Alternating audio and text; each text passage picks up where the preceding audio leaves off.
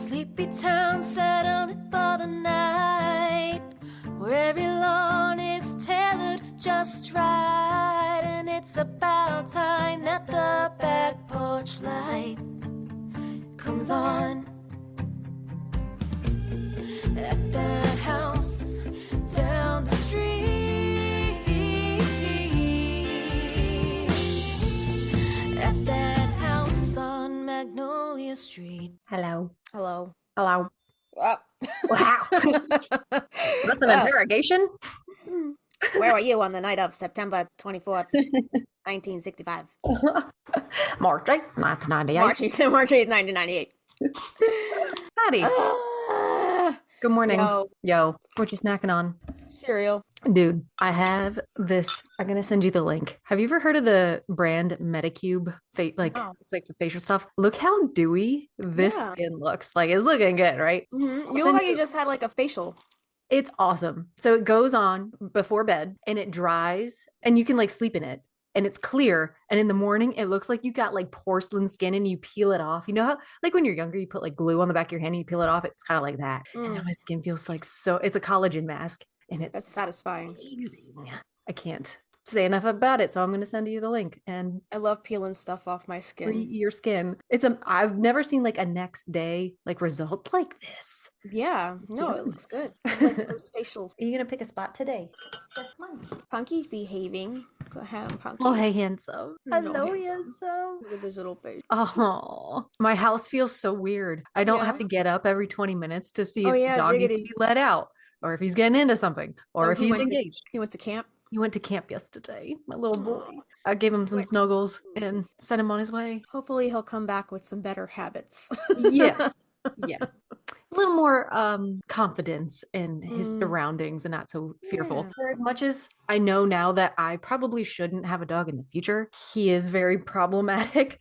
I love him. It's like, you know, he's your I baby. notice when he's gone. He's your family now. Yeah. So, you know, it is a different energy. Like when I had to take Punky to get fixed and it was like just Coraline in the house, I'm like, I already miss him. Yeah. And he was just like 7-month-old kitten at that time. Like you notice like when one of them is not in the house, the energy is like so different. It is. Right? Yeah. And I noticed like all the little things that I would do if he was here or like would not do. But this morning I was like, I don't have a reason to get out of bed at 5 a.m. I'm going to lay here till 7. And it was great. Right. Coraline woke me up at like 6 this morning. Okay, first of all, this bitch.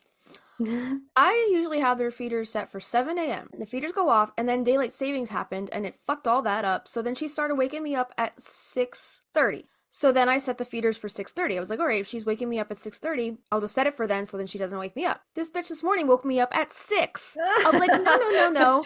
You can't keep doing this. You can't keep waking up a half an hour early before your feeders go off because I'm not feeding your ass. He keeps pushing that line back a little farther. So I saw Avi, he was like getting up for work because like I saw him on his like bright ass light from his phone at 6 a.m. I'm like, are you awake? He's like, yeah. I'm like, are you getting up? Yeah. All right, well, can you give the cats some treats? Yeah. So like, I don't have to fucking get up because you're getting up anyway. Why do you gotta make me ask? Just fucking go give them treats. This is why they like me better. And you wonder why they don't sleep with you at night. Oh my God. Yeah, they're your animal too. Just go take care of it. Don't ask me. Just go do it. I can't just like have a morning. I'm sorry. I have to be like, can you please? Yeah. It sucks. I'm sorry. Anyway. Hey, Witchy. Hey, Witchy. I'm Christina. Yeah, we're the Stinas. That time. I listened to, I don't even know what it was, one of our very, very early ones. And we used to do that. We would go, I'm Justina, I'm Christina, and we're the Stinas. Oh, we're so cheesy. Forgot all about that. We're like that new couple that you just want to slap because they're like so happy together. I know. I just listened back to old episodes. I'm like, ew. It's so corny. We're so cute. We're so cute.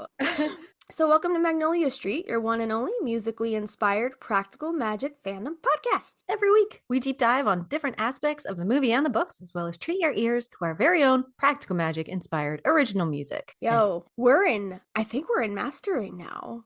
I know.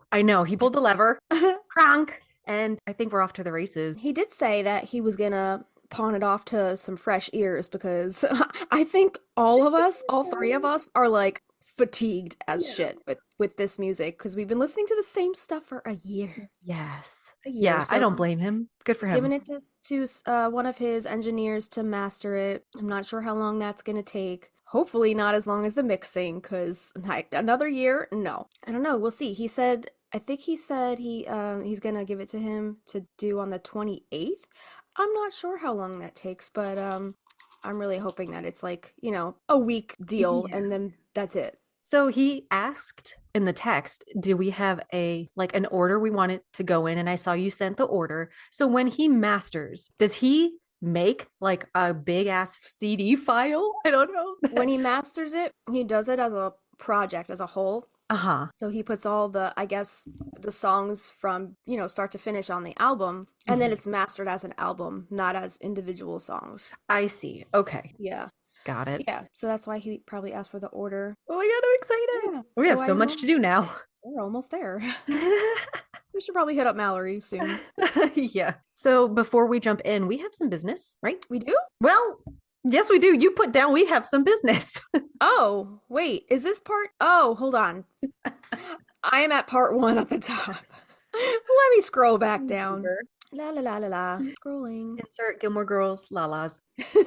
La la la la la la la la. Yeah. All right. Yes, you're right. So I was thinking, like, we really haven't had any feedback from our listeners in a while. I mean, we correspond with people on Instagram every now and then, but I always forget to like make a log of all that stuff. Yeah. And I think it's important because these are the people that are listening to our show every single week. So Yes. I just wanted to take a moment to talk about some of the listener interactions because I feel like that's really what makes this podcast so much fun is interacting with all the people who are, have their own theories and like, have their own stuff that they want to mention that they enjoy about the podcast. It was really sweet to take a look at some of these new messages. So we have one from a listener named Tina at Home Sweet Homespun. And Tina says, "Hi, just found your podcast and listened to the first episode." Woof, that first episode. We were just talking about cringe. That was a rough, the sound, we didn't have the sound down yet, right? So Right.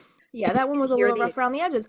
But I guess it sets the stage for like, some of the inside jokes to come. You could hear the So excitement in our voice. you really We were can. Yeah. stoked to get it off the ground. And Yeah. Billy Zane first appeared. That's right. Yeah. Yeah. Our big boy So Billy. he came in swinging right on that first episode, right? Tina says, "I too struggled with lavender until I found the variety called Phenomenal, which is hybridized for the US. It is hot and cold hardy and is evergreen all year round. It's amazing and was my first successful variety to grow. I was so over buying it every spring and having it die." Me too. I don't know, maybe the one I have in my front yard is the same variety because mine came back the second year. She said, "Just wanted to share. Pretty sure we are kindreds. Lavender, honey, flax spread." Oh, she sent over some pictures for some of the things that she bakes. Stunning. Really good, Yeah, right? yeah. So she says, "I can't wait to listen to more episodes. I'm Practical Magic obsessed too. 47, haven't grown out of it. I'm so excited to have so many episodes to binge." And she said, "I was just so happy listening, so I wanted to reach out. I totally fangirled you." Oh my And God. she signed off S with capital Tina, like Stina. Yeah. That's really, really sweet. Right? I thought so too. So we asked some questions. We've been asking a lot of questions on our IG stories, like those open-ended questionnaire things. Mhm. And I was just curious, like I was asking people, what are your favorite inside jokes from our show? Because I mean, yeah, we're a Practical Magic fan and podcast, but we also love pop culture Mhm. and we love a good stupid joke. Mhm. So Melancholy Mermaid said, "I'm not sure if this is an inside joke, but Justina's voice always cracks me up." To which I replied, "I got on now." I got on now. I got on now. I just got on now. I just got Oh on my now. God. And then Claire SB says, "It's all connected and nothing matters." That's her favorite line from our show. But also, anytime you guys are cracking up laughing, me too. Somebody specifically said they crack up anytime you laugh, and I agree. Really? Your laugh is just contagious. I thought that's what I read, but again, it could be the dyslexia. But I thought it was anytime Justina's laughing.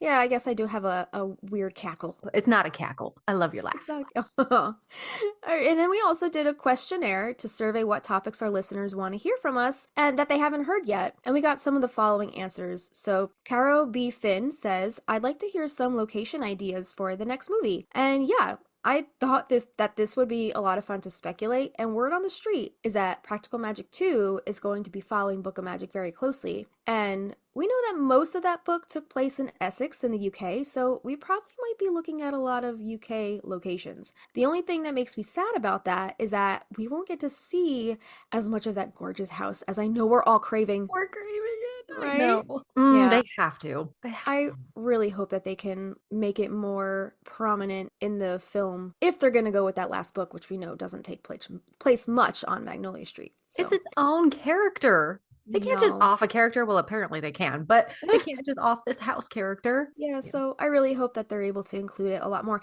And hey, if our theory is correct, which, if they have flashbacks to incorporate Franny and Jet and Vincent as younger Mhm. adults, or Isabel when she lived in the house, if they're able to somehow do some flashbacks to include other characters, then that will give them more reason to include the house because most of Oh my that God. takes place on Magnolia Street, right? Then Peace Love Dogs also responded that they would like us to talk about practical magic too a lot more.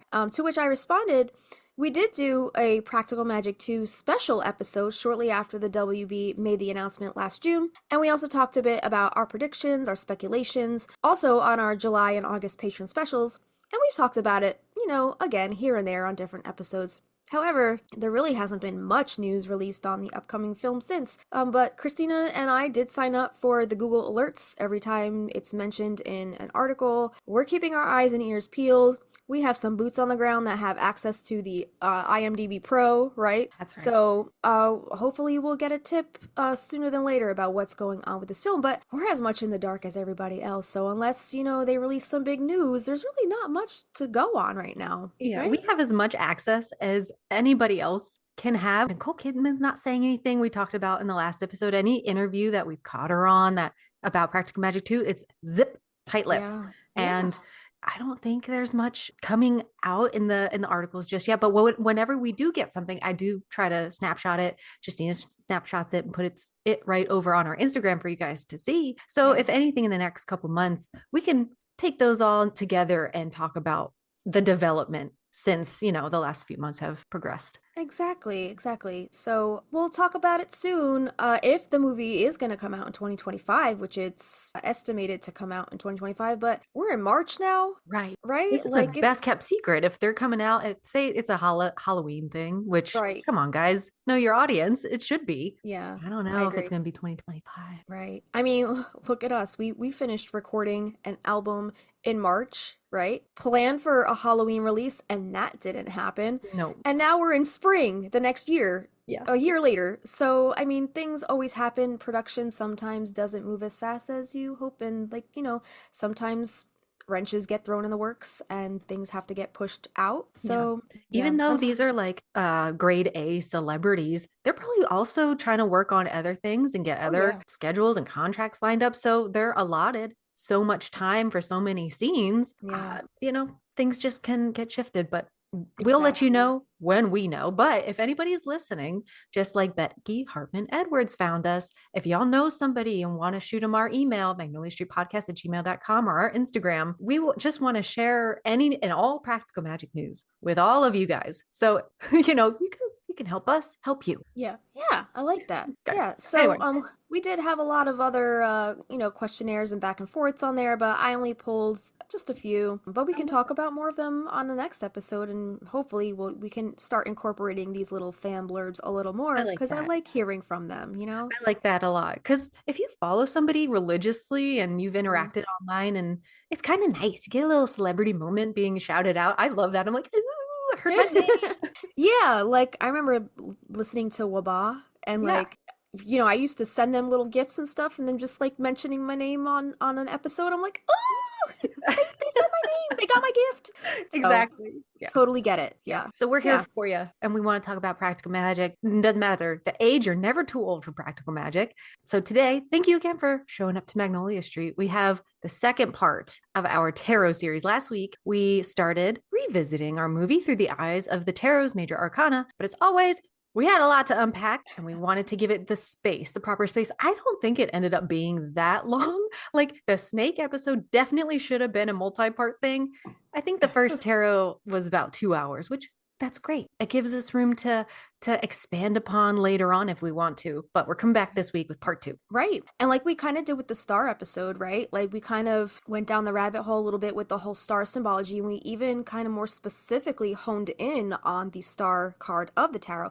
So we can even like, break it up into littler chunks if we want to spotlight a certain card of the tower and really go down the rabbit hole on that card, Ooh, excited to And it. I love that because the tarot is such a wormhole. And Mhm. it's crazy to me that we were able to talk about snakes more than we were able to talk about the major arcana of the There's so tarot. many, and they're so specific. Each little I card know. has its own little specific symbols, and it would be way too much to try to like unpack each and every little detail. So we're gonna do it's like a bulk package. You get the whole thing overview with the major arcana, and then we're gonna pull it all apart. And then there's the minor arcana. I love that idea. So yeah, I think we should totally do that. Like, if it calls for it, if we're scrounging for an episode idea, I think Which it I don't might think be. we will. Yeah, I but don't think we will either. but I we think both love tarot, so it'll be yeah. very fun to do. Exactly. Mhm. Yeah. So who knows what the next one will be? But today we're going to focus on we're going to get back to the second half of the major arcana here. So last week we went from card 0, which is the Fool, to card 12, which is, we said it was Gary as the Justice card, right? And this week we're continuing on with the last half of the major arcana. Just as a refresher, so the major arcana consists of the 22 named cards in a standard 78 card tarot deck, representing archetypal figures and universal themes, and often seen as a journey of spiritual development and life lessons. So the major arcana are the 22 named cards in a tarot deck, numbered from 0, the Fool, to 21, the World. These cards are considered to represent the core archetypes and major life lessons, often seen as a narrative of spiritual growth and the human journey. Some examples are the Fool, the Magician, the High Priestess, the Lovers, the Wheel of Fortune, and the World, which are some of the most well-known major arcana cards. And we've all seen the Death card in all the Hollywood films. Like that seems to be the main one that kind of gave tarot a bad rap, right? Yes, I I agree. think I think so. The major arcana, along with the minor arcana, which is the 56 unnamed cards, make up the full tarot deck. So just really quickly, the minor cards are made up of the court cards, which are like the king, queen, page, ace, all that, as well as the pip cards, which are the numbered cards, which are made up of the suits, which are cups, swords, pentacles, and wands. Yes, yes. We'll get into the minors another time because that's a whole other rabbit hole. But those make up the full 78 card deck. So while primarily used for divination, the term major arcana is rarely used by players of the tarot card game and is more typically associated with occultism. Do you want So to just remind people that this was a game right, and yes, listen to the yes. episode before this? Yeah, so the tarot actually started off as not so much being used for a means of divination, but more so to play a game. I think the first, one of the earliest tarot card games was in Italy, and it was a game called Tarocchi. And also, I was comparing it to another Sicilian card game that my dad used to have us playing as kids growing up called Scupa. And they all included kind of like those court cards. So, like the king, the queen, like, the people on the horseback with the clubs. Yeah. And yeah, and then also the suits and the pip cards. So, like the numbered suit cards. Was it similar imagery It to was, the I don't know tarot? if Tarochi is the same imagery as Scupa, but it's kind of like, it's a little more, I don't know if you say rustic, Okay. than More of like, the people. like a standard playing card deck, like, like you have, the king and the queen, and you know Mhm. what that looks like on a playing card deck. They're a little more, I don't know what's the word. They definitely look Italian, Okay. like the art on them and stuff, I love and it. they definitely look like more of those earlier tarot card decks. I love that So it style. is, the art style is very similar to that. So jumping back into, I guess we're gonna jump back into the second half of the majors here, and we left off on the 12th card, which is the Hanged Man, and that means surrender, perspective, letting go, and some of the symbolism which goes along with that is a figure hanging upside down by one foot, and this usually represents voluntary surrender and seeing the world from a new viewpoint.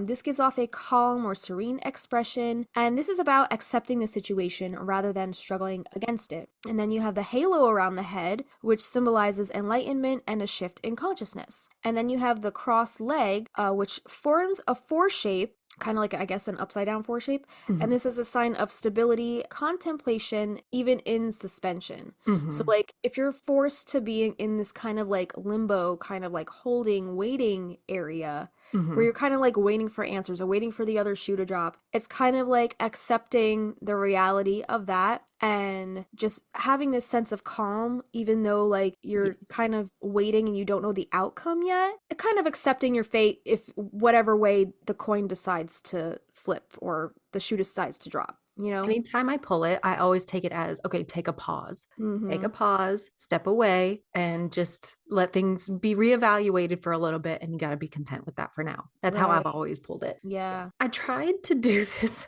I wanted to, so the words that come up were surrender, perspective, and letting go. And I wanted to highlight the interrogation scene when both Gary and Sally surrendered to the pull between them, to the fate Right. that's tied them together. And I wanted to depict Sally hanging upside down and Gary like below her, like trying to kiss her. But AI went bananas with this one. I wanted to include, I didn't do this for any of the other pictures. I'll put this also on our Patreon. These are weird. There's multiple legs, there's Oh my multiple God. people, they're both dressed the same, there's multiple heads. Sally is wearing Gary's denim shirt. I know. The closest ones that I was like, okay, that's kind of cool is the third one. That's pretty. Okay. And then the second to the last one is kind of cool too. But Yeah. they're all very strange. So this the one that I turned it into is just Sally. So the our card depicts Sally dressed in a simple black tank top and she's got leggings on. She's hanging upside down from a pair of winding vines. Her long dark hair cascades toward the ground, mirroring the stillness of the water below. She is suspended between earth and sky, a crescent moon glowing above her, casting a soft luminescence over the night scene. The vines that hold her are adorned with blooming roses, intertwining beauty and struggle. Her expression is calm, serene, as if she has surrendered to the moment, embracing the unknown rather than resisting it. The soft twilight hues of the sky blend into the tranquil lake in the background, symbolizing deep reflection, patience, and a shift in perspective. This also could have been when she notices his heterochromia. That's the like shift point of, oh, Oh. what I thought I knew might not be correct, and Mm. having to surrender and reflect on that. Right. So the surrounding roses serve as a reminder that growth often comes through stillness and surrender. The card represents a pause before transformation, a moment of letting go in order to gain clarity, lesson deeply intertwined with the Owens women's journey. I love this for Sally because Mhm. she was such a control freak through the entirety of the film, right? And I feel like it's only when she surrendered is that's when like she really grew. I feel like her character arc was able to proceed with its transgression, right? Yeah. Yeah. I feel like her want and need to constantly control the situation always made things much worse for her. After seeing Gary's eyes, she was like, maybe I don't have this. I don't have this. I'm losing. I'm tail spinning And here. then she just yeeted out of there. She did. Bye. Yes. Goodbye. Mhm. Exactly. Yeah, so some themes of the Hanged Man are sacrifice and surrender, letting go of control and trusting the process, something that Sally had a very hard time doing, Mm. and gaining a new perspective, a shift in perception, seeing things from a different angle. And I find that line right there not ironic, but this shift in perception, you're right, it happened when she noticed his heterochromia, the literal eyes. It's like she looked at them, and then when the camera zoomed in on them, we also had that shift in perception because we're like, oh, this is the guy. Maybe, yeah, maybe, things aren't going to go the way that we think they're going to go down. Like, he's here to take her to jail or, to interrogate her. He's here as a man of the law, not as her lover. But now that we see that, what do we call it? Chronic heterochromia. Maybe now, that's not the case. He's not So, here to take her to jail. He's here to take her to bed. ooh, Uh-huh. Uh-huh.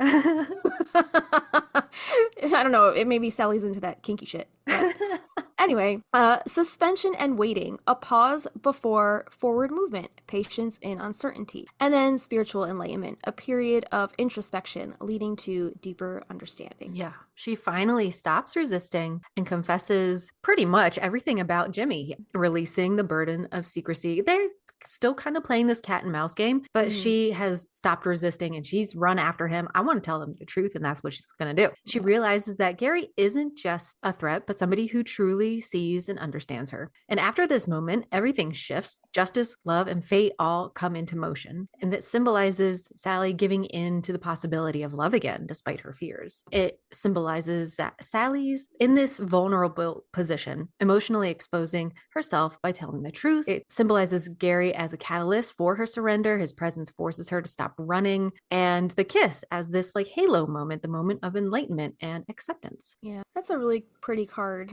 It I is like that very a lot. pretty. Yeah. And I like that she's not, her ankle isn't tied in this picture and her legs are not in the number 4. It almost gives me like trapeze artist or like circus performer because she's hanging on to the 2 vines, which Yeah. she's there with her own strength, but she's so serene. Like she's giving it over, but not without some kind of motivation or strength behind it. You know what I I mean? like She's that. not Yeah, passive. like she could easily let go of those vines and go falling, Exactly. Yeah. but yeah. So that also says to me that she's still trying to relinquish, or she's still trying to hold some of that control by holding on to those vines, you know? Yeah. Yeah. Yeah. Yeah. All she's got to do is let go and she can set herself free, right? Yeah. All right. So moving on to everybody's favorite card. This is number 13. Ba-ba-ba-ba. The Death card, which stands for transformation and rebirth. Who knew? It doesn't mean actual death.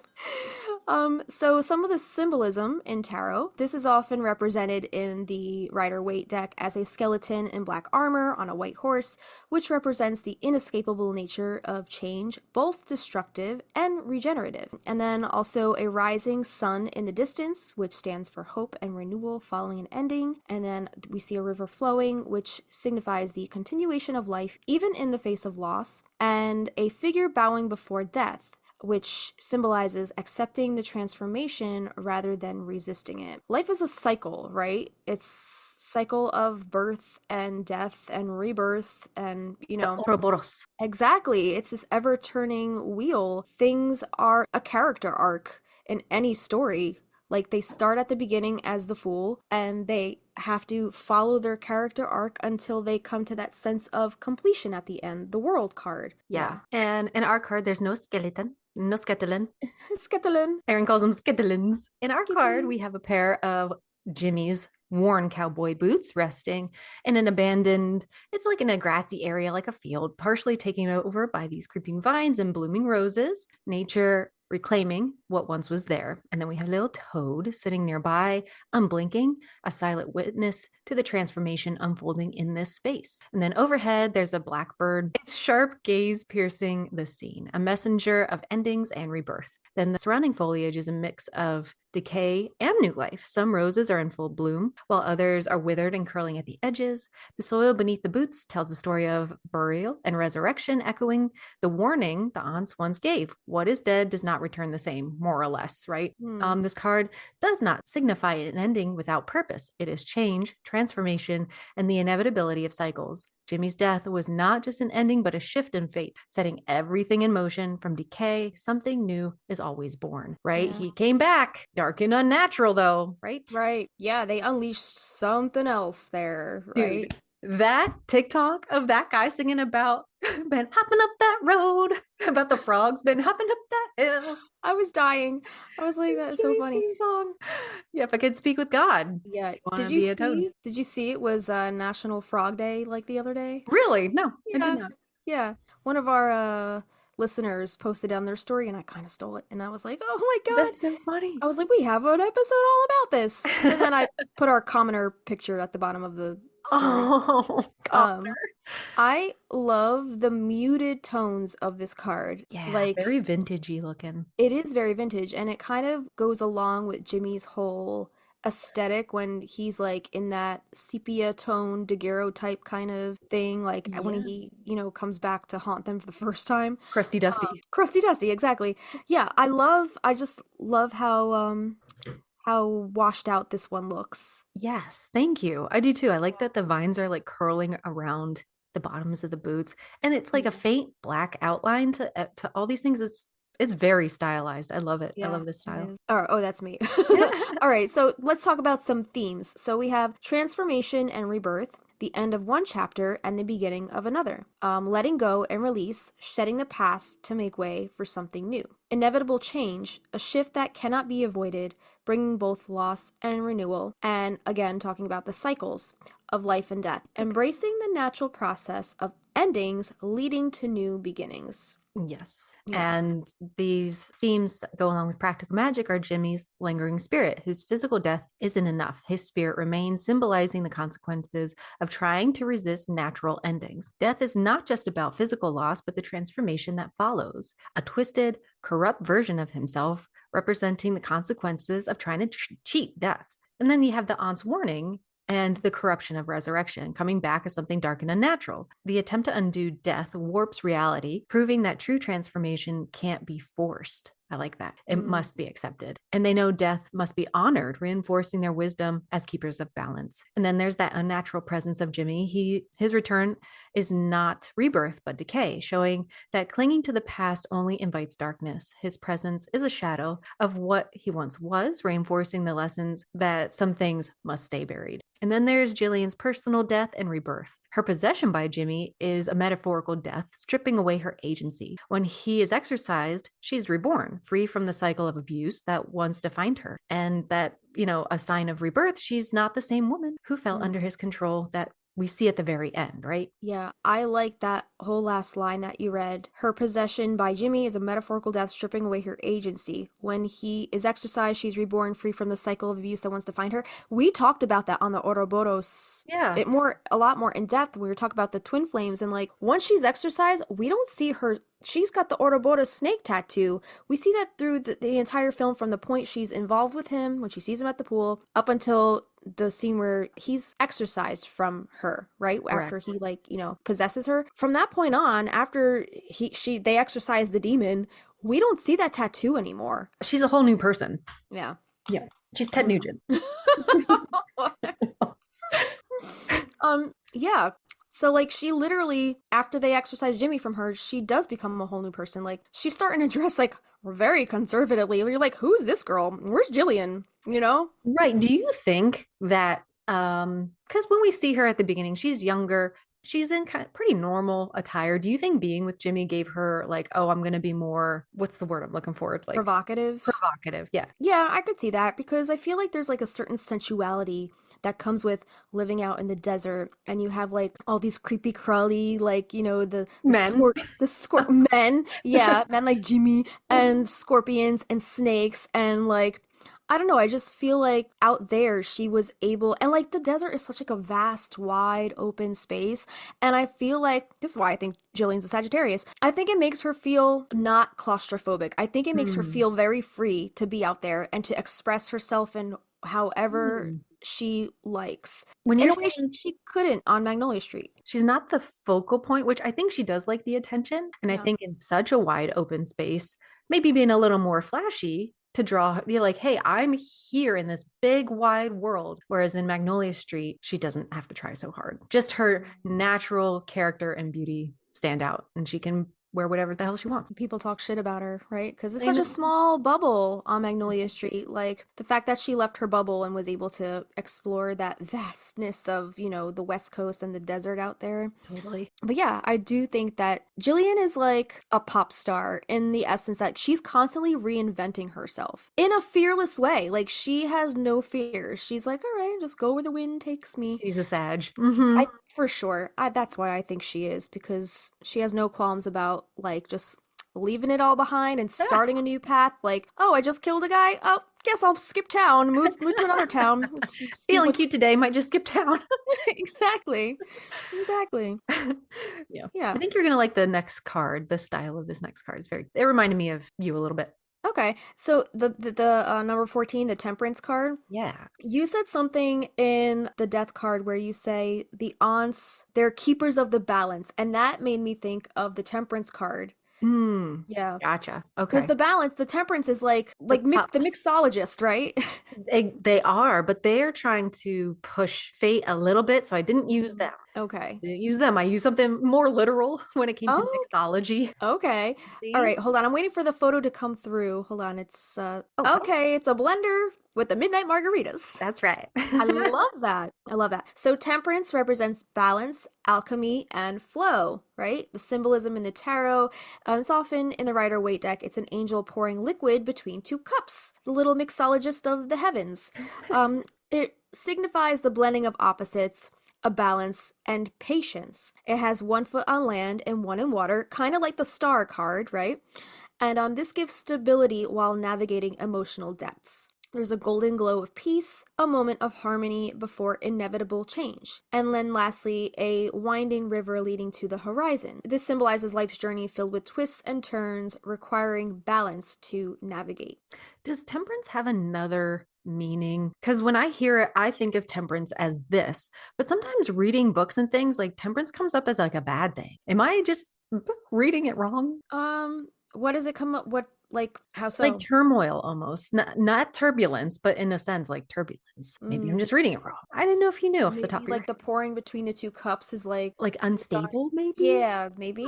Maybe. I Uh, don't know. So, in our card, yes, it is our blender, and it's filled with this gorgeous glowing green margarita liquid, and it sits in the center of this rustic wooden table, radiating golden light as if it's infused with magic, which it is because it's got Jimmy's Belladonna tequila in it.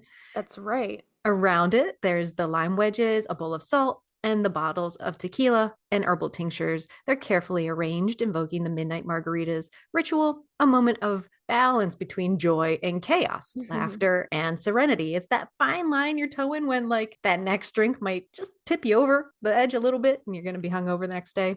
Oh, I think that secrecy. Oh, secrecy. Secrecy. Gotcha. Yeah, like, Laughter and secrecy. Yes. yeah. Because, like, yeah, they're having a good time, but there's a lot that's not being said. And, Mm-hmm. Mm-hmm. the girls are trying to pull the wool over the aunt's eyes, but they're not, they think they're stupid.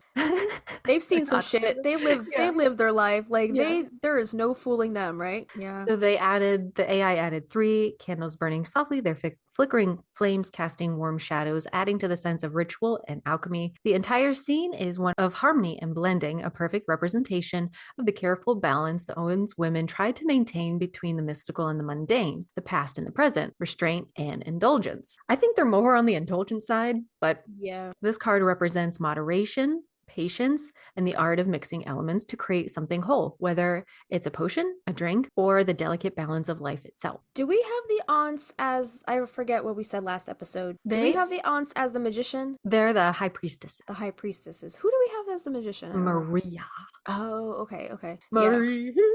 In this aspect, I could almost see the aunts also as the magician because they're the mixologist here if they're using this, the blender as their temperance card, right? They're mixing Exactly. their potion, they're making use of the elements to create something. Yeah, I Um, think as like the background character for sure. And I wanted to give AI like an easy time. I didn't know how well it would do with like do 2 Victorian women mixing margaritas in a blender and have this and have this. So I figured I'd just yeah. do the blender, and I just like how it's the background is like this very teal molding into black, but it's gold and it's glowing. I was like, I don't know, this gives me Justina vibes for some reason. It's Not very your colors cool. at all. Like you're very pink and bright and bohemian magic, but I was like, this is giving me you vibes for some reason. It does look very mystical. It's Like fun. there might be the philosopher's stone in that blender. The way it's like illuminating all of that light, like drinking that alone will give them life, like eternal life. You know?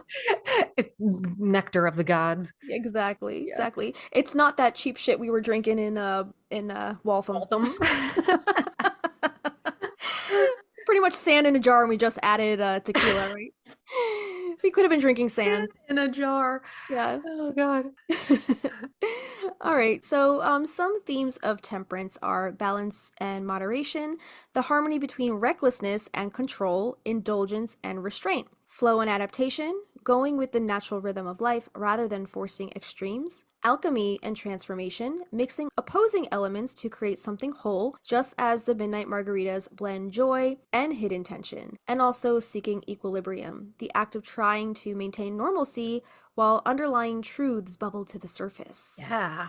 right? Yeah, the illusion of control, right? Sally and Jilly try to act like everything's fine, convincing themselves that life can go on as before. It Mm. cannot. So, and they're throwing this caution to the wind, drinking, dancing, laughing with the aunts, echoing of a carefree past that contrasts with their present troubles. Like even when Jilly wakes up Sally, it's like they've done this before. We're gonna just move past this killing another human part, right? Right. Yeah. The act of mixing and pouring drinks mirrors the alchemical blending of past and present, joy and fear, a visual representation of balance, celebration, masking deeper tensions, and that hidden darkness that's beneath the surface. Though it seems like a moment of pure joy, the arrival of Jimmy's presence reveals the imbalance that they're ignoring. When the broom falls, it breaks the illusion, forcing them to acknowledge their imbalance. And it's that fleeting moment of indulgence and nostalgia before they must confront the reality of what they've done, which Yeah. they're still not really. They're like, we had a problem, we handled it, Right, right? right. That's why the aunts fucking jet out of there, no pun intended. Yeah. Um, Yeah, right? Like they're like, we don't want to stick around and clean up your friggin' mess. exactly. I love how, like, literally, this midnight margarita elixir is literal truth serum, right? Yes. Yeah. Like, without them having to say the truth, it kind of bubbles it to the surface and it puts it out there anyway, even though the girls like don't really come out flat out and say like, yeah, we killed a guy and buried him in the fucking rose garden. But it said just enough for the aunts to know that something was up and the girls had to clean up the real mess. Wow. Yeah. I love that. Right? The Yeah. truth serum. Yeah. And who knows, maybe they were poisoned a little bit from if that was Jimmy's bottle, I think right? there was a little more in their system than just the tequila for sure. Yeah, yeah, for Because sure. they just started going at each other playfully, but Yeah. like in the book it talks about like they started getting like snippy with each other and things started going missing, and it's all good and fun, but they kind of just started nipping at each other. They were throwing some they were slinging them insults, right? Yeah. Left and right. Yeah. Like we had to bind your legs with molasses to get your legs to Yeah. open up. Yeah. And then they called each other a witch and Yes. you know, Since when is being a slut a crime in this family? that's right. We used to know it by heart. I know. I'm blanking. But What would you know, honey? We had to bind it with molasses just to get your legs to open up. No, that's not true. we should do like a puppet show. Like, no, that's not true. That would be fucking hysterical. Oh man. Anyway, Okay. yeah, yeah. So that's the temperance card. Moving on to number 15, the devil, right? Yeah. And this symbolizes temptation, control, corruption, and this is symbolized in the tarot by a horned figure overseeing two chained beings, human beings in the Rider-Waite deck. The master of perception symbolizing control and addiction. The chains are loose, that it's a reminder that the entrapment is often psychological, not physical.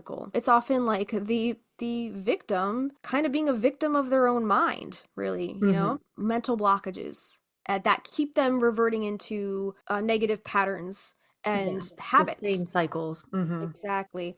Also on this card, there's usually dark flames or smoke, which represents the corruption and toxicity that lingers, feeding the fire. The sinister smile on the devil or the hypnotic gaze. This represents the devil's ability to charm while leading others into destruction. And that's kind of like, that's Jimmy right there, right? That is Jimmy. And I put Goran is sex on a stick temptation. He is fine. He is Fine. like, how could you not spot him across the way, right?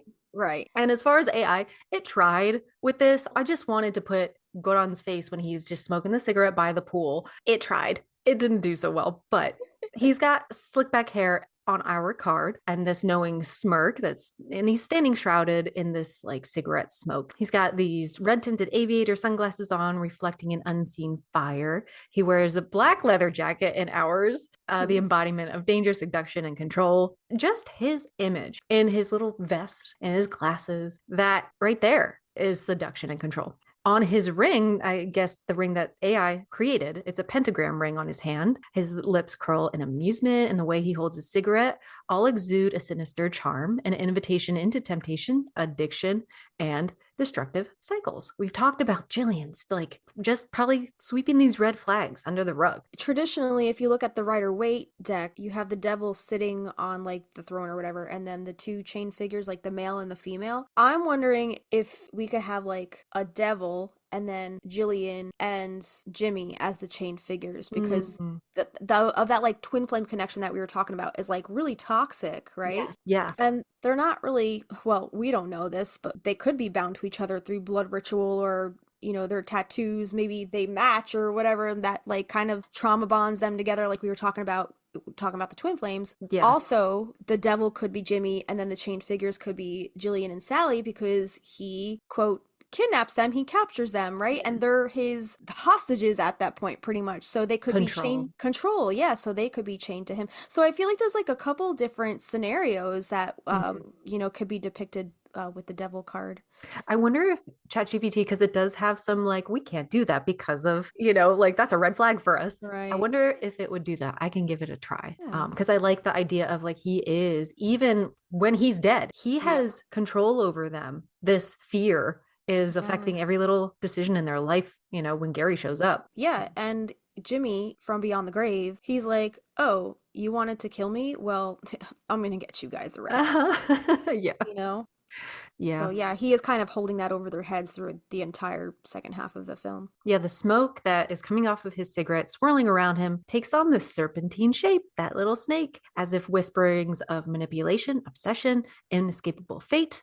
This is Jimmy, the embodiment of toxic love and control, pulling Gillian into his grasp and refusing to let go, even after death. Again, it represents the addiction, temptation, and the chains that we struggle to break free from, and a warning about power imbalances and destructive cycles. And like, this is not her first or second or third bad relationship, it sounds like, right? Right. Yeah, but maybe it was her first abusive relationship that went to this Mm-hmm. lengths. Yeah, that could also be a big theme in the devil card, is that abusive relationship that you just can't break free from, whether it be fear or another reason. And it could be a material thing, alcoholism, smoking, shopping, like any of those bad Right. habits. Yeah, it could also, speaking of materialism, I know a lot of victims, like, they're afraid to leave their abuser because that abuser kind of holds them even financially. Like, they wouldn't have money if they, maybe they have a joint bank account that kind of keeps the victim under the control of the abuser, right? So like Mhm. they're like looking at every single thing that they're spending money on, and like if they were to leave, that they would have no money because that the abuser would have the control over those funds. So it could also be a material thing in that aspect. Like maybe Jillian is afraid to leave because Jimmy like has some kind of like that material control over her. It says that in the book. Like Yeah. she had her paychecks come in, but he was spending on That's something else, that's right? right. Yes, I forgot about that. Yeah. Yeah, you're right. And this is also like you losing, like when you're deep into alcohol or deep into a person, like you're a whole different version of yourself than what you Mhm. could be in a healthy situation. So I think Right. losing your true self, losing your ability to choose freely, I think. Yeah. Yeah. And I think it's very hard to see it when you're in it. Like, and even if everybody around you is giving you the warnings and like they're like, you can't see the red flags, and you're like, you're so blinded by whether it's love or, some kind of like, even like look at cult members, that Mhm. control that cult has over you, and you don't even know it because you're in it. Looking at you, MAGA. Yeah, Yeah. totally. Exactly. Both of Exactly. these dudes on these cards are very handsome. Yeah, I'm not gonna lie. I would probably fall prey to the devil. Yeah, Jimmy in this card kind of has like a James Dean thing going on a little Yes, he bit, does. Yeah, right? one's a little more like clean cut blonde, and the other one's got more Jimmy dark hair. But they're both very Burgoran. good. The Yeah. one's got a little bit of Marilyn Manson pentagram on his forehead. That would be a dead giveaway. Two That would steps. be a red flag to me. I'm like, this guy got a fucking forehead tattoo? Yeah, no thanks. Exactly. Next. Thank you. Next. Thanks, Jimmy. Bye, Jimmy. Bye, Jimmy. All right. All right. So some of the themes of the devil card are temptation and manipulation, the illusion of control while being ensnared in something dangerous. Also, addiction and toxic bonds. We talked about this before. Unhealthy attachments, whether to people, habits, or desires. The loss of autonomy, the feeling of being trapped even when the cage is self-made. Shadow self and corruption, the darker impulses within surfacing to consume. Yeah, Yeah. he's the ultimate manipulator Yeah. and he controls through that charm. And then when that charm kind of is not getting what he wants, he does it through violence and fear, keeping Gillian ensnared in a cycle of abuse and toxic love and possession. He refuses to let go, even in death, haunting her as an unshakable force. Even after his body is gone, showing that true escape requires more than physical distance. That's a lot of head work. Even after I think they exorcise him, I would definitely be okay with Gillian going through therapy after Oh that. yeah. I Yeah. hope she did therapy after that. That's got to be traumatizing as hell. Yes. Yes. Which, by the way, I still do want to talk to popcorn psychology and Yeah. unwrap her Yeah. because, like, how do you function after something like that? That's Yeah. intense. So, Jimmy lures Gillian in with the excitement and danger, making it difficult to see the depths of his evil until it's too late. And we have his ring as a talisman of control, branding those, who he wears. And we kind of have the theory that maybe he's sucking the souls out of them, he's collecting the souls of these women.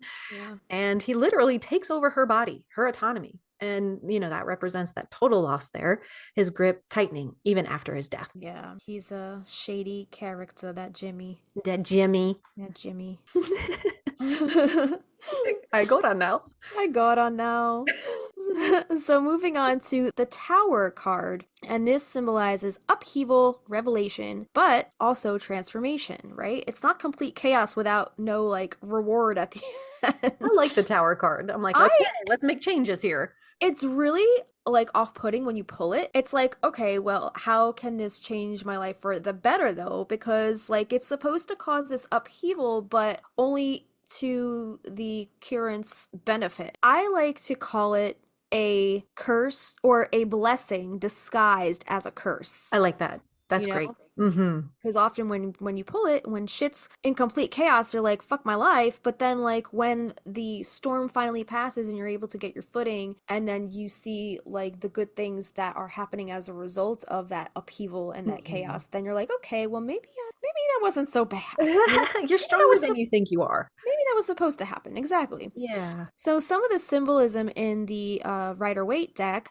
this is represented by a crumbling tower struck by lightning, and this is a powerful, uncontrollable force that breaks apart false structures. I've also been seeing like a lot of people, like a lot of tarot readers and light workers talk about this current political climate as the Tower card. Like, yeah, we're experiencing a complete upheaval of our government right now, I hope so. but it's also breaking down those structures that we had in place that were actually detrimental to our society. Like maybe once once the shitstorm has passed and we experience more of a calm and we get our footing as a society and we're able to rebuild, maybe we will rebuild in a way that's healthier for us. Absolutely. Oh, One for can only sure. hope, right? Yes, I'm totally seeing this as the tower moment. Like this, how can you not see this as a shift with everything Yes. that's spiraling out of control here? Exactly, exactly. So the Rider-Waite card,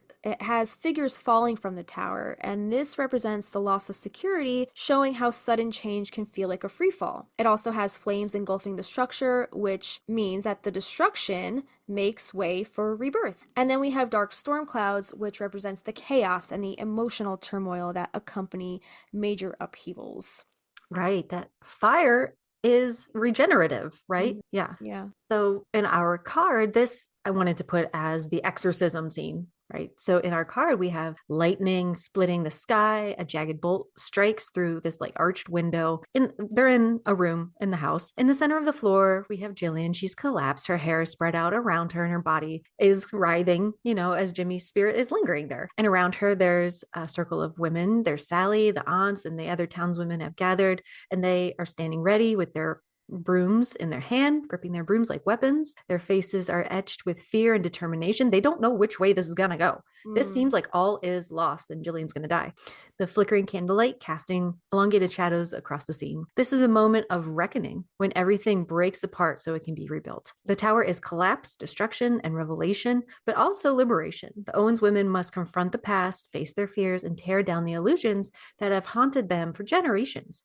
only through the storm can they rebuild something stronger together with Yeah. the whole town, right? Exactly, exactly. It takes a village. I'm also, in my mind, I'm also seeing the tower moment in this film as not only the first time they kill Jimmy by accident, but the second one when they're like, oh shit, we really can't bring him back. Uh-huh. Because that's kind of like the turning point, and that's like, that kind of caused a bit of an upheaval in their personal lives, you Mhm, know? mhm. Like, Sally's like, oh shit, like, now I gotta figure out how I'm gonna be a good mom from jail. Yeah. Like, you know, like all these thoughts are racing through her head, and now these girls have to do damage control after this big pivotal shift happened. Hmm. And but it was actually a blessing disguised as a curse, because of that, Sally was able to meet Gary, and then they were able to get together as a result of that. Because if that didn't Absolutely. happen, then they wouldn't have met. So There's so many multiple scenes that can go with multiple cars. I was trying to exactly. stay like chronologically to Yeah, yeah, yeah. like as visual, yeah, as I'm like a just going down the rabbit hole. no, I love that, but Yeah. like as like a beginning to end, A to Z, how Yeah, would this movie look in this journey, the hero's journey from beginning to end? yeah, yeah. But there, we talked about this so recently, the multiple tower cars that Sally, tower moments that Sally goes There's through, and we so were both many. like, that poor girl needs a break. There's so many, right? Yeah, Right. like okay, so her parents dying, and then Michael dying, and then them killing Jimmy, Yeah. and then probably Gillian's exorcism, and then probably again when Gary dies in Book of Magic. It's like boom, And boom, boom. then Jet dies, and then her daughter disappears. Her daughter runs Yeah. off to the UK, Yeah. right? Oy vey. She's been through a lot. I think Sally needs therapy too. I understand her like jadedness now. You know, I give book four Sally a lot of shit, but my God, I Yeah. think I would be that way too. Yeah, it's understandable Yeah. given all the shit she's been through. So, some themes of the Tower card are sudden upheaval and chaos, a moment of destruction that forces change, often violently. Often there is a truth revealed, the shattering of illusions, bringing raw reality to light, and also forced transformation, change that is unavoidable whether one is ready or not. Like, Mm, you can either go with the flow with the universe, or you can go kicking and screaming, you mm, know? Sometimes we don't have a choice of what that change is supposed to be. Say, like, you lose your job because the economy crashes or whatever. Like, you really don't have control over that. So, you know, you can either go in there and raise hell because you lost your job and, like, curse everybody out, or, like, you could be like, all right, well, I guess I'll find another job, or, you know, or take this time off between now and finding another job to work on yourself, or, you know, like, I mhm. feel like there's always a what, not a light at the at the end of the tunnel, what's a silver lining, you The know, there's silver always a lining. silver lining. Yeah. The shattering of illusions makes me also think the scene for this card could have been when the frog burps up the ring. Mm. Like, honey, like this is coming to light now. Get yourselves a lawyer. My honey. Honey. Yeah, yeah. Harry. Very. Honey. Looking at Jillian. Yeah. So anyway, this is that breaking point where Jimmy's spirit has to be destroyed at no matter what the cost. They're going to lose Jillian if he's not. Mm-hmm. And then that leads to Jillian's breakdown and the rebirth. The moment that she is fully possessed, this forces Sally and the aunts to act, leading to their freedom. The townswomen coming together to break the curse in a moment of unity born from destruction. Like we talked again, probably in our Phone Tree Day episode about, I think all the women, the townswomen, put aside whatever cattiness because they felt another woman in pain and trouble, and they've all been there themselves. The Owens house in this long a place of power becomes a site for the quote quote final battle, mirroring the burning tower in the tarot. Despite the chaos, they do endure, proving that even after destruction, something stronger can be built. Their family and their community, I think, are much stronger. For Yeah. sure. Yeah. Because Sally, you know, she had to put trust in them, to put enough trust in them that she was felt comfortable enough to say, like, I'm a witch, to own who she really was, because she really needed their help, and she kind of had to put that fear aside, because she's like, this isn't about me anymore. Now this is about my sister, you Mm-hmm, know? mm-hmm. And it wasn't just I'm a witch. It's like, hey, this is me, but hey, I kind of need your help. Like I Yeah. also need help, and that for Sally sounds kind of difficult. Yeah, because she's such a control freak. How many times has she's just like took on the burden herself, you know? Totally. Yeah, so I like our job. this is so fun. I like our We're job. so smart. Are we better? We have a podcast. You should ask us more things. Yeah. So that is the tower card. Are we gonna, so we're gonna put all these cards up on the Patreon? Is that what Yes, you're I gonna do? think Nice. so. I think so. Nice. So the next card is card number 17, and this is the star card, and we kind of went down the rabbit hole a little bit on our star episode, if you guys go listen to that. And this symbolizes hope, purification, and release. And in the Rider-Waite deck, this is represented by a woman pouring water from two jugs. And this represents the act of cleansing, symbolizing emotional and spiritual purification. There's also a bright star in the sky. I forget. I think I counted at one point how many stars there were on the star card. I Oh, forget what I said. I forget what how many I little counted. Virgo. Yeah, but this means hope shining through after destruction. So this is a great card to follow that tower moment, right? Like once that chaos has gone and passed, you need something to like a guiding light to kind of guide you after Mhm. that, right? Guiding you after the destruction.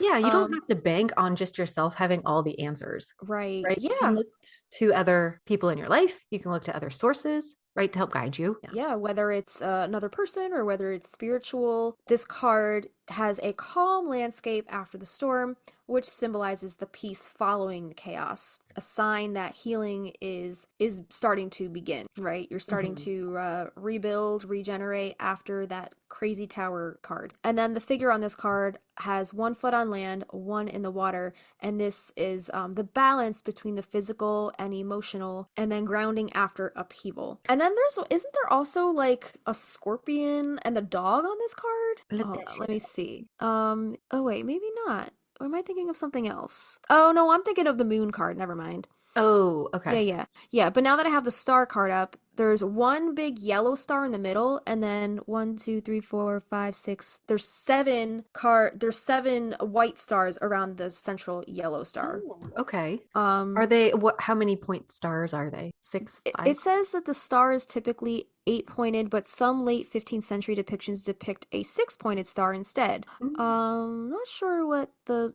number of the stars mean. The seven smaller stars surrounding the larger central star are often interpreted as representing the chakras, symbolizing balance, harmony, and spiritual energy flowing through all aspects of life and offering hope for a positive future. So yeah, Ooh, all the chakras. I love that. It's gonna be cool to really dig into these I individually. know. Yeah, I'm surprised. Wait, did we talk about that on the Star episode? I don't remember talking about. I don't think so. We Mm-mm. did? I don't know. If anybody remembers, let us know. We have podcast brain. Yeah, yeah. This was also Kylie's power card, her birth Mm. card, something. Let me go back up and read that from the book. Oh, Because that was like a specific let's see.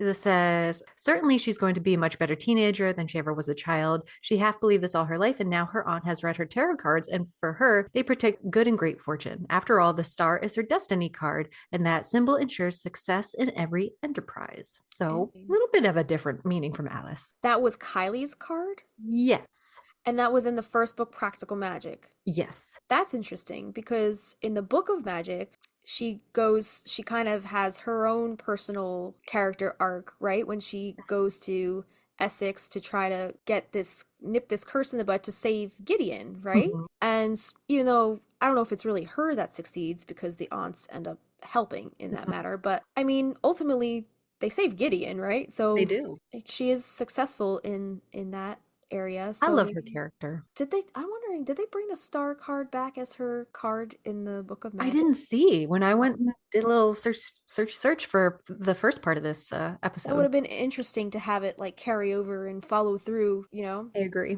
I agree. Yeah, Yeah. yeah. Well, All right. and yeah, in our card, I thought since we're gonna keep going kind of like scene by scene, I wanted it to be the pouring of the lime and lye onto Jimmy's grave. AI did its own thing here, so I like how one of the gravestones says lie. it does.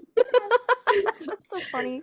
So on our card, it depicts we're under the sky dotted with these brilliant stars. There's two women that stand over a fresh grave, pouring a glowing green mixture from a cauldron. The aunts, I guess, it's depicting the aunts here, but they're in these long flowing gowns with aprons and head coverings, more of, old school Victorian. They complete the final act of banishment, sailing Jimmy's presence away forever. The bright luminescence of the potion soaks into the earth, symbolizing release, purification, and hope restored. Around them, there's candles flickering softly, the light gentle and reassuring rather than chaotic. In the distance, shadowed figures stand among tombstones, watching in silence. So I tried to have it remove these tombstones, but it was having trouble. But now looking at it, all these tombstones could represent the loves that they lost in the past. They're kind of Oh, cleansing those past griefs and losses. So I like that. yeah. And then above them, there's the northern star, and it radiates, shining brightly, serving as a beacon of renewal, guidance, and the promise of a better future. The storm has passed, and this moment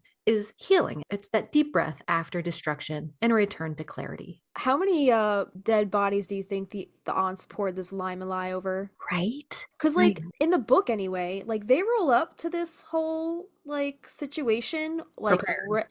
packed and ready to go. Like this isn't their first rodeo. They've dabbled in the helping other women get rid of husbands certain ways. So I'm wondering Mhm. if maybe it's a recipe from the past that. Recipe for disaster.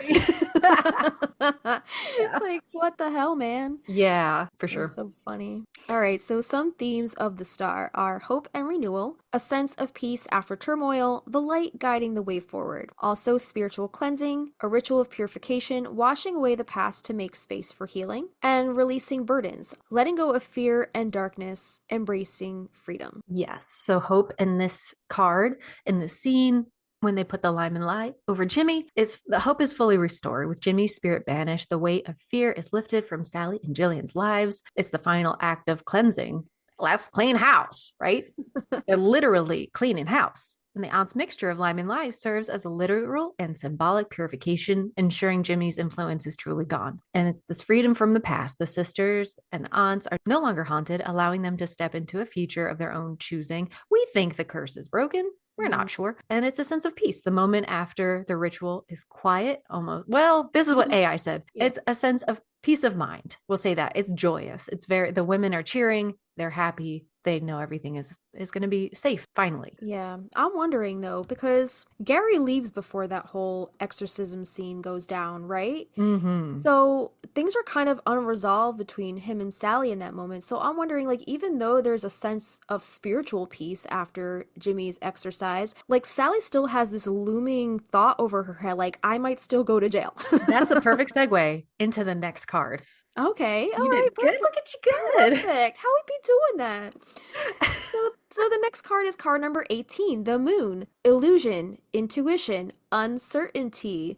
This is symbolized in the tarot in the Rider-Waite by a full moon illuminating a mysterious path, a light in the dark, but not all is clear. It also has two pillars or structures, which is a gateway between the conscious and subconscious mind. And then also, here's what I was talking about before when I thought it was the star card. These creatures crawling, often a lobster or a crab. This means that something is emerging from the depths, representing hidden fears or transformation. And then there is a dog or a wolf, usually on the moon card, howling at the moon. And this is the battle between tame and wild instincts and reason and intuition. Exactly. Yeah. And you hit the nail on the head before we even got here. Mm. So we'll talk about the theme shortly, but on our card, I wanted to embody this by the full moon, the thing that Sally has always looked to in times of kind of letting go or uncertainty. So, this is the full moon, this big celestial orb radiating soft silvery light, and surrounding it, there's delicate like crescent moons added into this dreamy atmosphere, reinforcing the duality of the unseen and the seen. I wanted to add those flower petals rising to the moon, creating the sense of moon movement and enchantment. These petals in soft shades of pale pink and lavender appear almost weightless, carried by an unforeseen force. Below, blooming flowers emerge from misty shadows, their petals reaching upward as if drawn by the moon's gravitational pull or Sally's magicness, her enchanting it. Then around the frame of the card, there's this golden filigree, and it's also adorned with celestial symbols, enchanting its mystical aesthetic. The overall composition evokes the sense of intuition, illusion, and the subconscious, inviting the viewer to trust their inner wisdom while navigating life's uncertainties. Yeah, some of the themes of the moon card are illusion and deception. Things are not as they seem. Reality is clouded by uncertainty. Also, the subconscious and hidden fears. deep emotions, intuition, and past trauma surfacing in unexpected ways. And yeah, like that looming thing over Sally's head, like, yeah, we killed the guy, and they don't know if they're going to get in trouble for it still, Mhm. right? And then the transformation through darkness, moving through uncertainty and shadow before reaching clarity, right? Before that letter, Gary sends that letter with the wrong zip code, by the way, to Magnolia Street, absolving them of their crimes. Like, it was deemed accidental. Throw the ring in the dirt. We're done with this. We're burning the brambles. Next, moving Yeah. on. You know? Next. Yeah. Yes, this definitely ties Sally's deep apprehension with Gary. I think it's this fear behind acknowledging A, her power, that the Amasvedita spell really did guide him to her. She even asks herself, was it, and B, was it finally our joined hands that lifted Maria's curse? Then there's the lingering trauma of losing Michael, or the potential of losing Gary and experiencing that grief all over again. This is still there. And I think even after she releases the leaf, I wanted it to be like the Amasvedita spell, but also at the end of the movie when she releases the leaf symbolizing like could be her grief or it could be her calling Gary back once more, even though there's an uncertainty there with her heart. She's Yeah. kind of free and clear at this point receiving that letter, but like most likely going to get her to get. Right, yeah. Like, so she asked the question, was it finally our joined hands that lifted Maria's curse? I think she should have also asked the question, was it the Amos Verita spell that brought Gary to me, or was it us killing Jimmy? So many questions.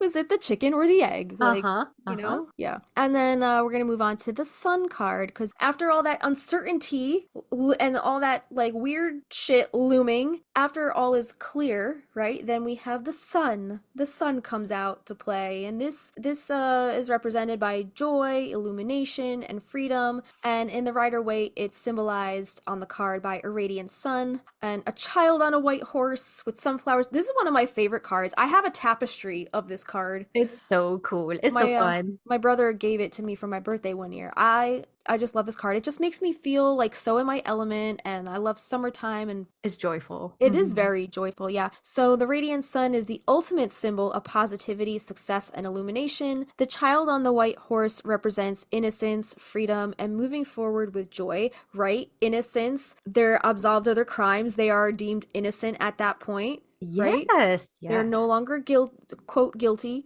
And then the sunflowers in bloom represent growth, beauty, and abundance. And then a bright open landscape, which is a feeling of expansiveness and endless possibility. Yeah. So I had this represented as the kiss between Gary and Sally in the garden at the end. It did too. I was trying to finagle it. So Yeah. I'll share two, but I'm going to be talking about the second one. They're pretty similar. So at the center of our card is a brilliant golden sun shining brightly, its rays spilling outward in all directions. The scene is framed by a pergola covered in cascading wisteria, their purple blossoms adding a touch of enchantment. The sunlight bathes everything in a golden glow, creating an atmosphere of happiness and harmony. Beneath the sun are Gary and Sally, standing in a loving embrace, their silhouettes illuminated by this light. Around them, a garden flourishes with lush greenery and delicate flowers. And in the one card, both of the aunts are present, and in the other card, just one is present. And they're in their bonnets preparing things at a table, while the other one stands on the other side watching in admiration. In the background, you can see the stately home beyond the garden, symbolizing stability and prosperity. The ornate golden border of the card enhances the elegance, and the round sun emblem. There's a sun emblem at the top featuring a face and the Gemini symbol. I don't know why it put it there, hinting at Um, communication and balance, it says. is this card represent is it because I know each card is kind of like assigned a zodiac symbol. I'm Mm, wondering if the sun is represented by Gemini because Gemini is like May, June, right? yeah. So Yes. that's like the beginning of summertime. So I'm wondering if that's why it's like It could be. Yeah. Yeah. yeah. Out of these two, which one do you like better? I really love the one on the right Yeah. because it looks more like Sally with the Yes. long brown hair and I love how the two aunts are on it. The only thing that I would like to see is the sunflowers from the left one carried over onto the right one. I'm like, where's the sunflowers Yes. go? That and the greenhouse in the background of Yeah, the first one is more authentic to the house. that's So I would true. put that on the other card too. That's true. Yeah. but I think these are both gorgeous. I love the wisteria Me on the too. top. The wild wisteria, the invasive kind here, is blooming right now, and I'm like, oh my Is it? god, it's so beautiful. Yo, my wisteria they never took off. Like I guess I also never put a thing for it to grow around, You so I gotta. is this its second year? Yeah, I think so. Give it time. Let it do its thing. Yeah. Also, we're in Jersey, so I guess things take a little more time to get established here because we have such harsher winters. Yeah, So, yeah, yeah. give it. All right. Yeah, this is a pretty card. So, some of the themes of the Sun card are joy and celebration. It gives off a sense of warmth, happiness, and triumph after darkness, clarity and truth. The light reveals all, illuminating the path ahead with confidence, and vitality and new beginnings. It's a rebirth of spirit, love, and life. And I think that couldn't be said better for Sally at the end of this film. She just seems so happy and like radiant for once in this Oh, whole goddamn movie. oh, You so know? beautiful.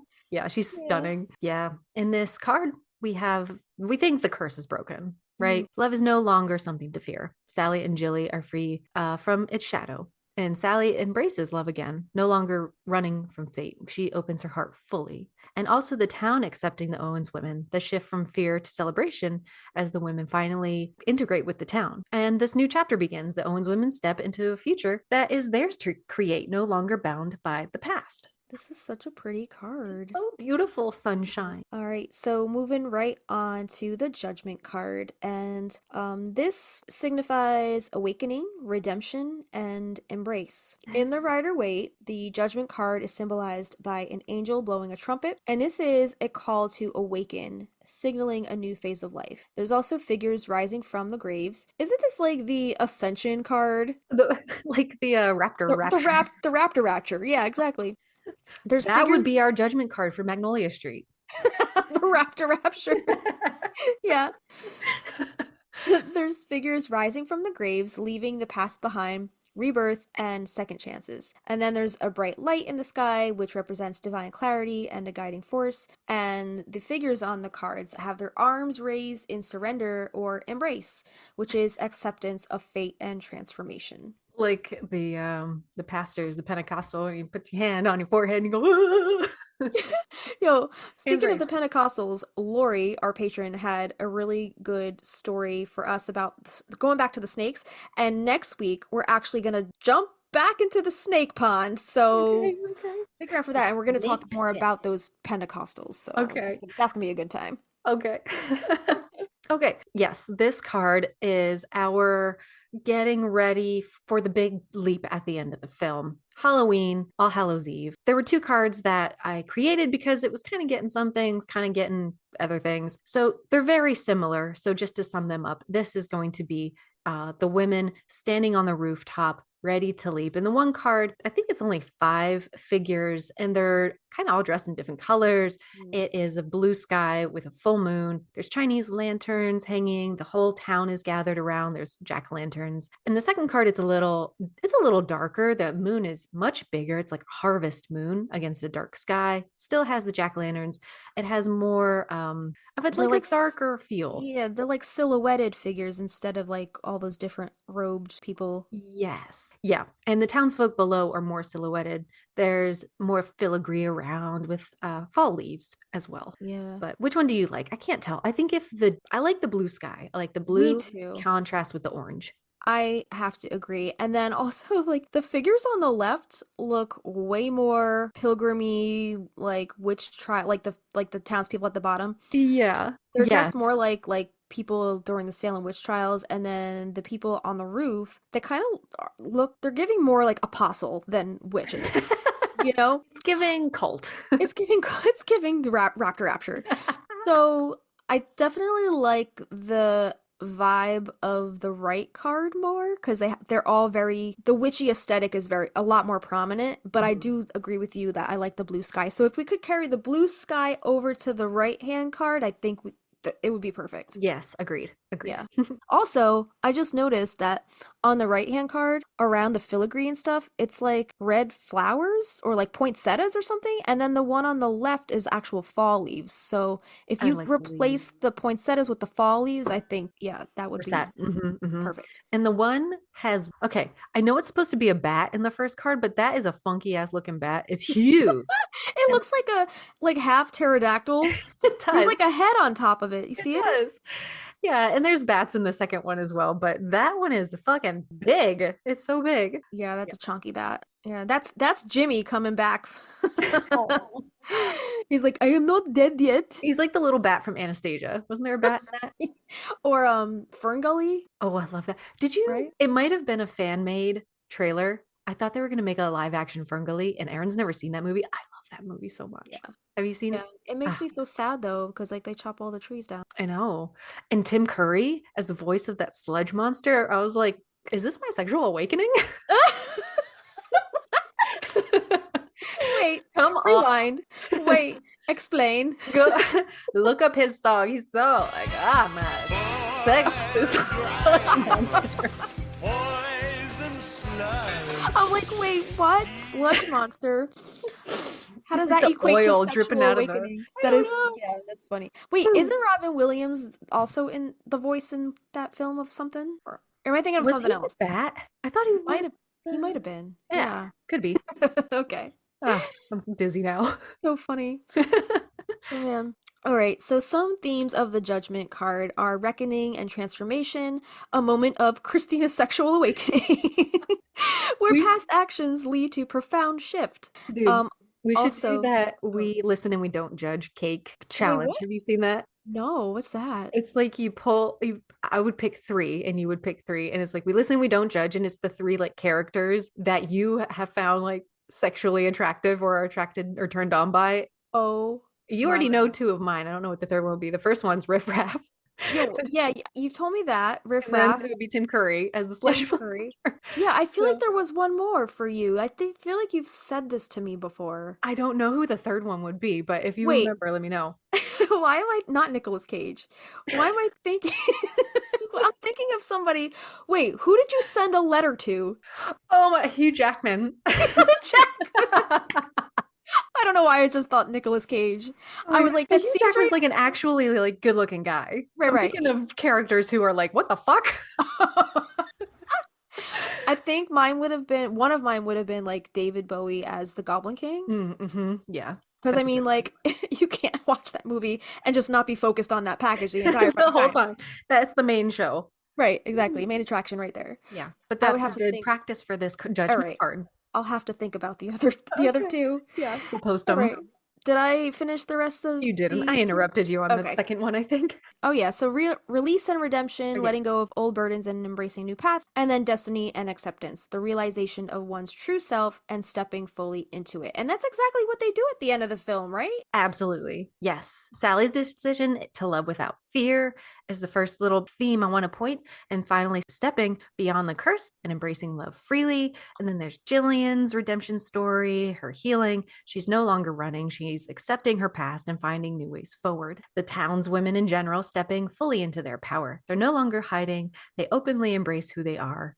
And the town's people, the town shifts in perception, moving from fear to acceptance of magic, reflecting a collective awakening. And the town below in our card, watching and accepting, representing society's shift from judgment to understanding. I love that. I love the whole like turnaround that the town does at the end. Like now it's just like accepted, like, oh, yeah, they just jump off the roof on Halloween. Mm-hmm. It's fine. And Mm-hmm. they float without any explanation. This is completely Fine. normal. I want to know what happened to, okay, so like they're accepting magic now. I want to know what happened to the little chickenpox boy.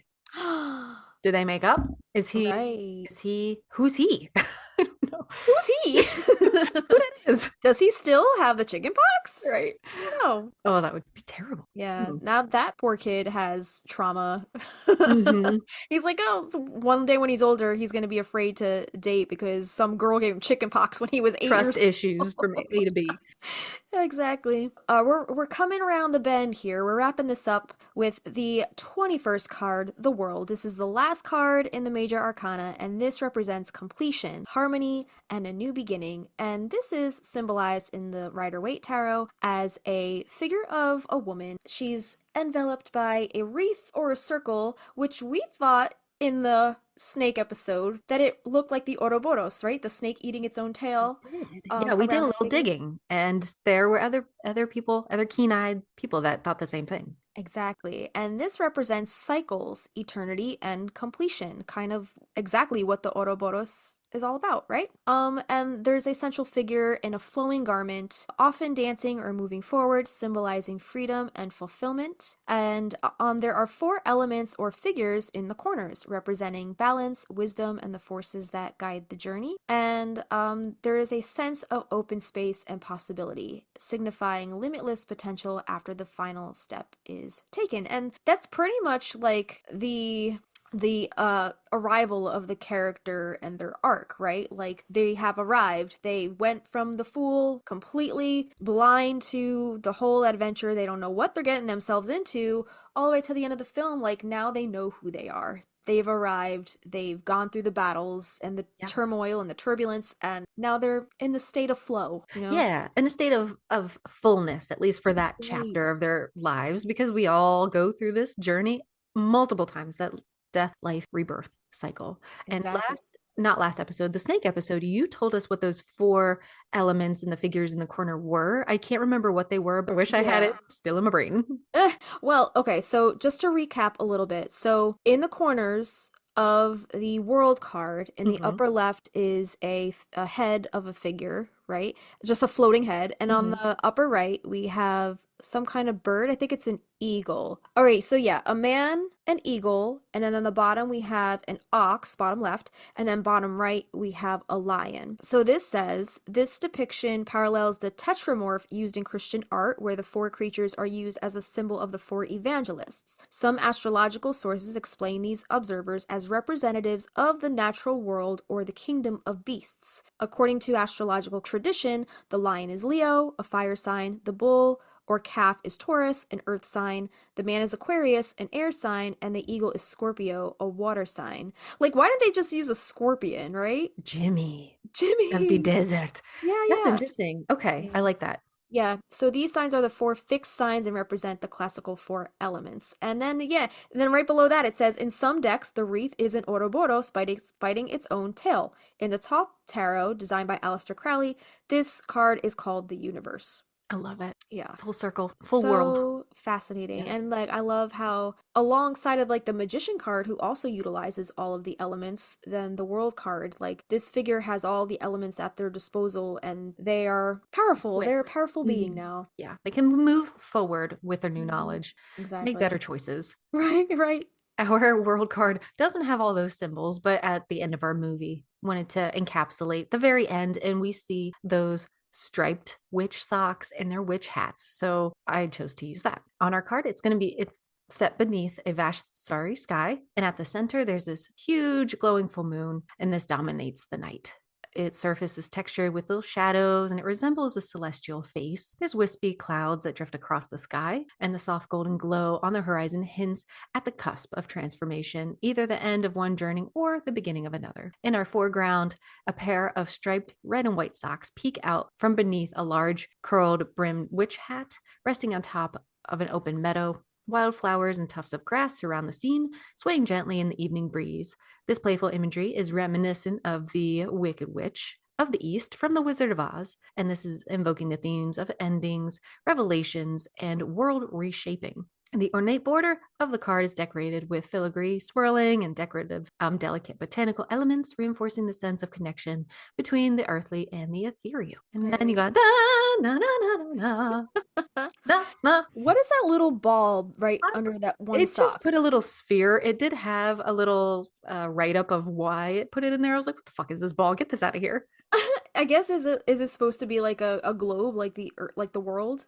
Maybe it's like a globe, like you hold the world in your hands. Now that you can, Oh. Or because there's socks here, maybe it's the world at your feet. ooh, I like that better.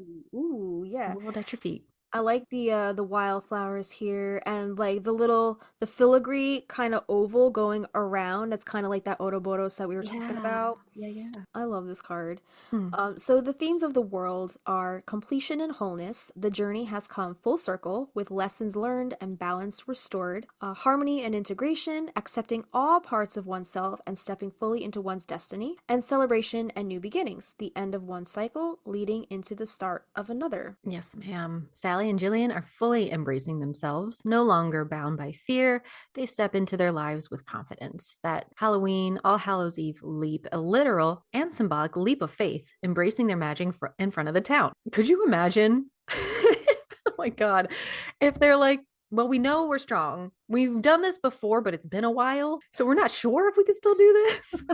it's God, like it's like riding a bike it's like or riding a bike like riding a a wicked broomstick. witch. Yeah.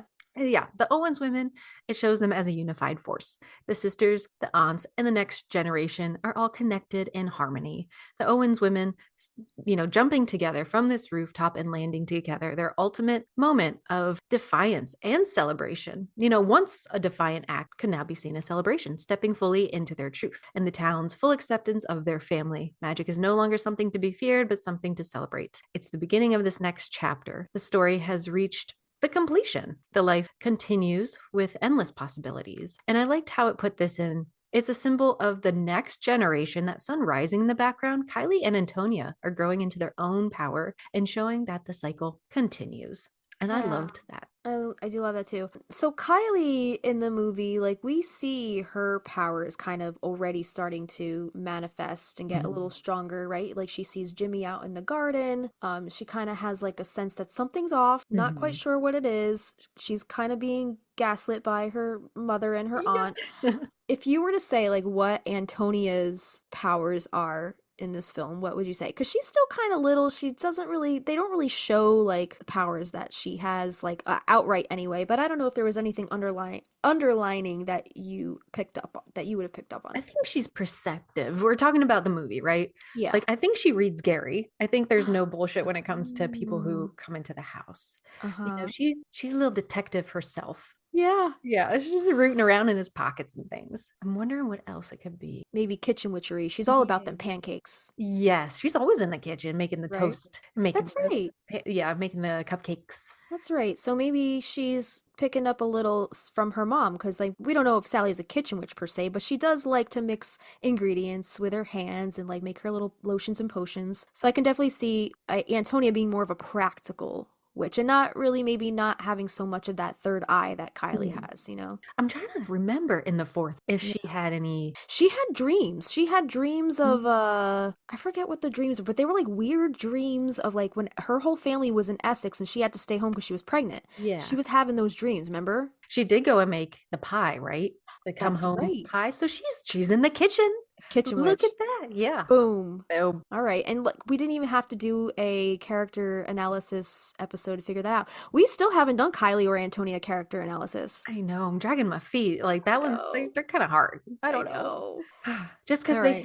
Alice had to come out with that whole fourth book and give them their whole other character arc, and we're like, that's a lot of research. That And is a with lot. Maria as well. That's why we haven't had a Maria one. We have notes started. It's just a big undertaking. It is a lot. We don't want We'll, to miss we'll get to anything. that when we get to that. That was fun. I Now we can go much deeper with each and every card at Yeah. another time. Yeah, exactly. And we still have the minors to get through if we ever get through that. Mhm. Um, the cool thing is like if we do the elements episode, maybe we could intertwine it with that because Yes.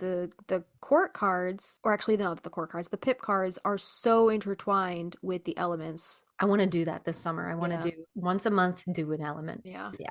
But what are Yeah. we doing next week? Next week, we're gonna dive back into the snake stuff, right? With Because 5.5 hours wasn't enough. and it's not so much animal, it's more flora, right? Right. There was a mention in, I think it was the first book of the rattlesnake weed. And it was mentioned alongside of the Jimson weed. And we talked about it on the Jimson, on our Not Jimson weed Thorn episode. What? apple. Thornapple. Yes. Yeah. Our Thornapple, well, it's the another name for Jimson weed, but yes, the episode is named Thornapple in season 2 if you guys want to go listen to that to get a little precursor to what we're about to jump into this week. But it was mentioned alongside of the Thornapple, aka the Jimson weed.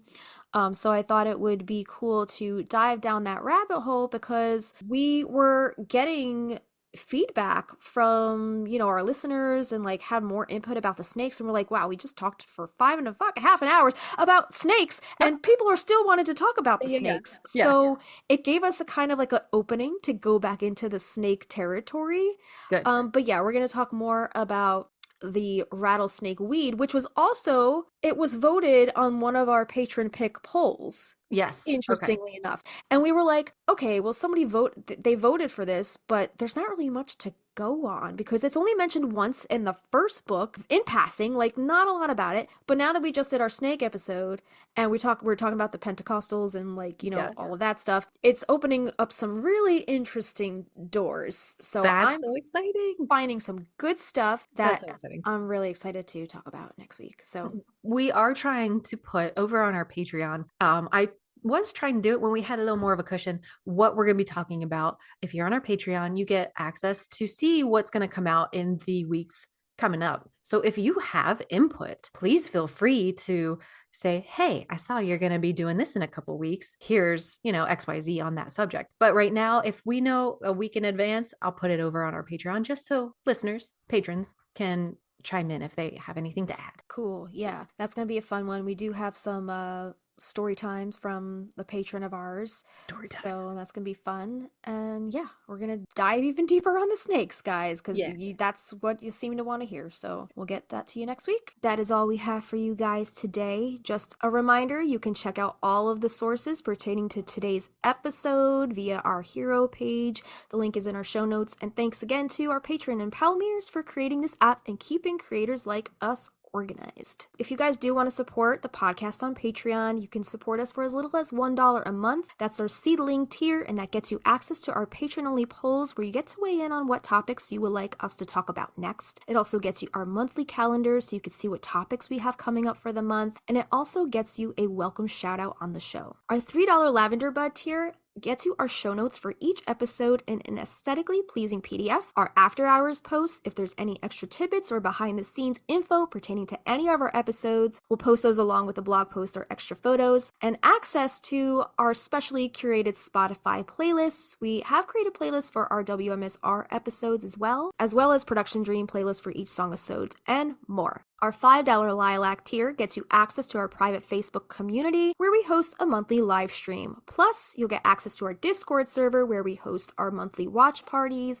And also on the Discord, you can join in on the discussion with other Magnolia Street neighbors via the various interesting channels and threads. And then here's the $8 Rose tier. This gets you access to extra audio visual content such as a once a month full-length video episode, unlimited bonus videos, uncut footage, cutting room floor footage, bloopers, outtakes, meditations, exclusive interviews, and old home videos from the vault, or spell or ritual videos, and more. It also gets you bonus content to coincide with our song-episodes, such as full-length demo streams of our original Practical Magic inspired music, plus lyric sheets, guitar chords, and original scratch demos, or bonus video performances of our songs and more. Lastly, we have our $15 Wisteria Vine tier. Just like a twisting Wisteria Vine, there's a way for you to stay connected with us, the Stinas. In this tier, we invite you to join our private Marco Polo video messaging app. The app is totally free for both Android and iOS. Sign up with your phone number or email, and we will help you do the rest. This is a great way to chat with each other in a more intimate group setting, face-to-face via video recording. We love to show each other our pets, our gardens, or anything else you'd like to share. And just a reminder that the higher the tier you sign up under, the more rewards you get, because you get all of the rewards of the tiers below it. You can upgrade or downgrade or even cancel at any time. So to support the podcast, head to patreon.com/Magnolia Street Podcast. Yeah, and there are additional ways to support us and our podcast that don't cost you any money. If you do listen on Spotify, please give us a star rating. If you listen to us on Apple Podcasts, please give us a written review. We love sharing those on our Instagram. And if you're on Instagram, we would really appreciate any reposts or blurbs about our podcast. And make sure to tag us at Magnolia Street Podcast in your feed, posts, stories, and share us with your Practical Magic loving friends. We're excited our music's going into mastering, so we'll keep you guys posted on that. Mm-hmm. And hopefully we can get a release this spring, maybe even early summer release. I'm looking. I would love a solstice release. Oh, Ooh, that would that be would be fantastic. nice. If we have enough time to prepare, that would be perfect. But yeah, Yeah. I think that's it. Just find us on Instagram if you want to just give us a little shout out, give us a little loving. We'd love to Yeah. talk to you over there. And Magnolia Street Podcast at gmail.com. We will be back next week. Yeah. Every Friday, new episodes. Come visit us on Magnolia Street. I'm Justina. I'm Christina. And we'll see you next time. And we're the Stinas. See you next time. Bye. Yeah, why did we stop doing that? I don't know. We're the Stinas. Yay. At the house on Magnolia Street, would you